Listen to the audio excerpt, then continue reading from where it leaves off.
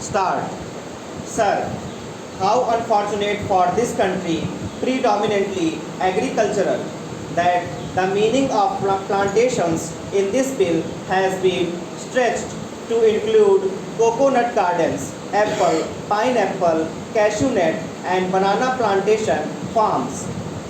I am glad that wisdom has dawned on the government not to accept these recommendations of the committee.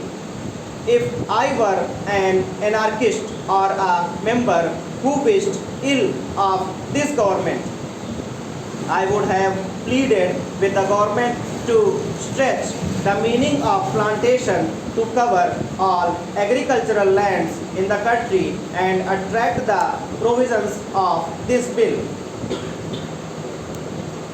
Then we could have seen the beginning of convulsions and revolutions in this country as the dead returned, farmers being unable to fulfill the provisions of this bill would have started filling up jails for violations of its provisions. Sir, I would take this opportunity to appeal to the Prime Minister to treat agriculture as an industry and treat agriculturists like the urban citizens and treat the farm holdings in the same way as they treat the factories and industries.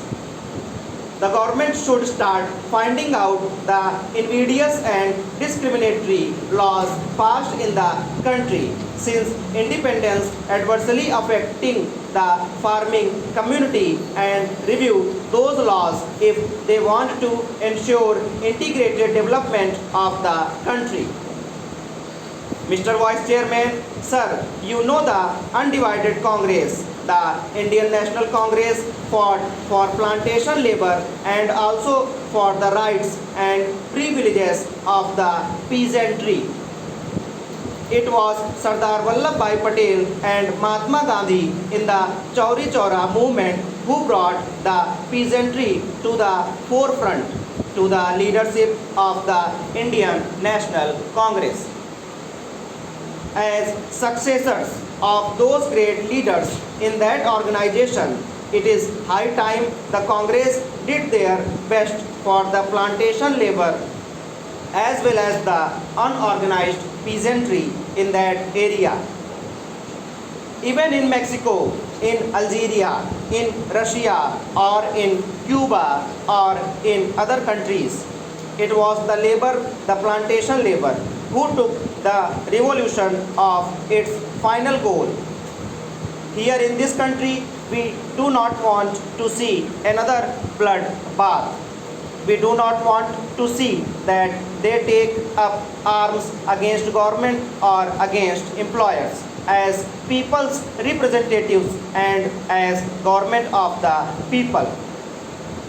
We must do our best to solve their problems, whatever their grievances are, whatever their difficulties are, instead of allowing anybody to take advantage of their poverty and their difficulties. I know what goes on with plantation labor. I can give instances of different plantations. I come from West Bengal where tea plantation is a very big factor, and I know how plantation labor are still being exploited. Housing facilities near the plantations is a must for them under the Act.